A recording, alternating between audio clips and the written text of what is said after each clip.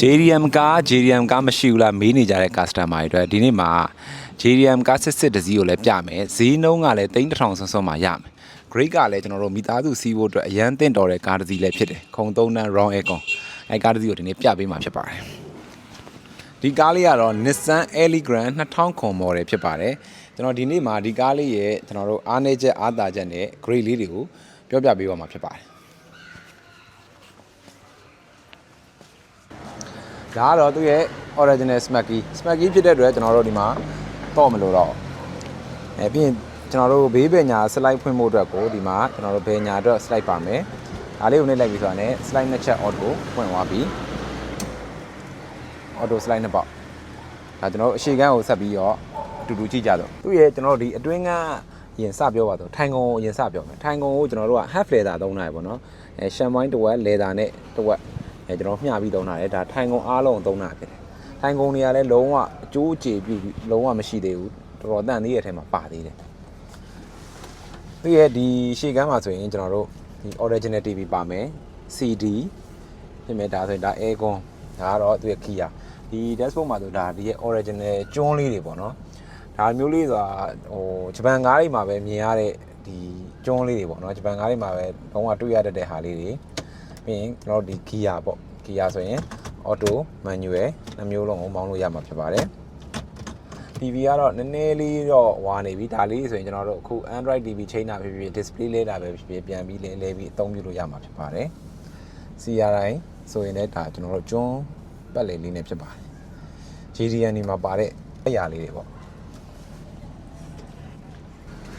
ဒီမှာဆိုရင်သူ့ရဲ့ကျွန်တော်တို့ဒီနောက်ခန်းအတွက်လိုက်ကာတွေကိုဒီကနေပြီးတော့ control လုပ်လို့ရမယ်ဒီမှာနှစ်ဖက်လုံးတော့ပါမယ်နော်လိုက်ကာတွေဒါကြီးကသူ့ရဲ့နောက်ခန်းဒီနောက်ခန်းမှာကျွန်တော်ကခုံတွေကိုဘယ်လိုရွှေ့လို့လှည့်လို့ရရဲဆိုတော့ကျွန်တော်အဓိကပြမှာဖြစ်ပါတယ်မပြခင်မှာကျွန်တော်တို့ဒီနောက်ခန်းမှာဆိုရင် round aircon ပါမယ်ပြီးရင် sunroof moonroof ပါမယ်ပြီးရင်ခါး TV ပါမယ်ခါး TV ကတော့အခုသုံးလို့မရတော့နည်းနည်းပြတ်သွားပြီပြီးရင်ကျွန်တော်တို့ဒီခုံတွေဆိုရင်ဘယ်လိုရွှေ့လို့ရလဲဆိုရင်အခုဒီကောင်ကိုကျွန်တော်တို့ကလှည့်ပြီးတော့ဒီလိုလက်တင်နေလည်းသုံးလို့ရတယ်ဒါမှမဟုတ်ဒီလိုရှေ့တိုးနောက်ဆုပ်ကိုအိုးနောက်ထိလည်းစုပ်လိုက်လို့ရတယ်တိုးနောက်ထိစုပ်ပြီးတော့ဒီလိုရှောက်လန်းလည်းသုံးလို့ရတယ်အဲ့ဒါနေမဟုတ်သေးဘူးကျွန်တော်ဒီခုံတွေကိုလည်းလှည့်လို့ရတယ်ပြီးရင်သူ့မှာကတ်ဟိုတာတွေကလည်းအများကြီးပဲအဲဒီမှာဘူးထည့်မလားအေးခွက်တွေပါထည့်မလားကြိုက်တယ်လို့သုံးလို့ရတယ်ကျွန်တော်အခုဒီလို position ကနေဒီလိုမျိုးလှည့်နေစက်ညင်မဲ့လှည့်ပြမှာဖြစ်ပါတယ်ဒါဆိုရင်တော့ကျွန်တော်ဒီခုံနှစ်ခုံ360လှည့်တာဖြစ်ပါတယ်အဲဒီလိုတယောက်နဲ့တယောက်မျက်နှာချင်းဆိုင်စကားလည်းပြောလို့ရတယ်ကလားကလေးနဲ့တူစော့မလားခီးသွားရင်လည်းပစ္စည်းတွေပဲတင်သွားမလားတော့အခန်းအကျယ်ကြီးဖြစ်သွားတာပေါ့ပြီးရင်ဒီခုံကိုလည်းကျွန်တော်တို့ကmove လုပ်လို့ရတယ်အလဲမှာထားပြီးတော့စပွဲဖြစ်အသုံးချမလား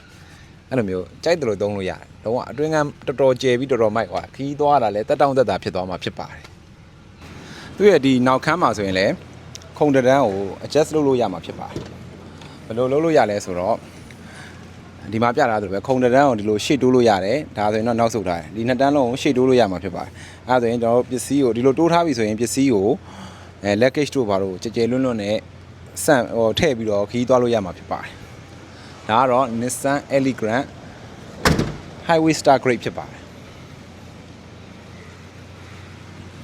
ဒီ Nissan Elegant လေးရဲ့ကျွန်တော်တို့အားသာချက်ကတော့ဈေးနှုန်းလေးသင့်မယ် grade ပြည့်မယ်စီးရတာသက်သာနဲ့ကြဲဝန်းရှိမယ်ရန်ကုန်လိုင်စင်နဲ့ကိုနံပါတ်မြင့်မြင့်နဲ့ရမယ် 2M6508အားနည်းချက်ကတော့ကျွန်တော်တို့3 engine power 3.5 ဖြစ်တဲ့အတွက်စီကတော့နည်းနည်းလေးခြားကိုက်နေရှင်ပိုစားမယ်ဂျပန်ကားကြီးဖြစ်တဲ့အတွက် model တက်တန်းတစ်ခုရှိနေပြီကျွန်တော်တို့တချို့အစိပ်ပိုင်းလေးဆိုရင်ပုံမှန် maintenance လုပ်ပြီးသုံးရင်ပိုအဆင်ပြေမယ်အတိုက်ခိုက်နဲ့အရှုပ်ရှင်းတော့ကိုတော့ကျွန်တော်တို့တာဝန်ယူတယ်ဈေးနှုန်းအနေနဲ့ဆိုရင်ကျွန်တော်တို့က1150ညှိနှိုင်းနဲ့ရောင်းချပေးမှာဖြစ်ပါတယ်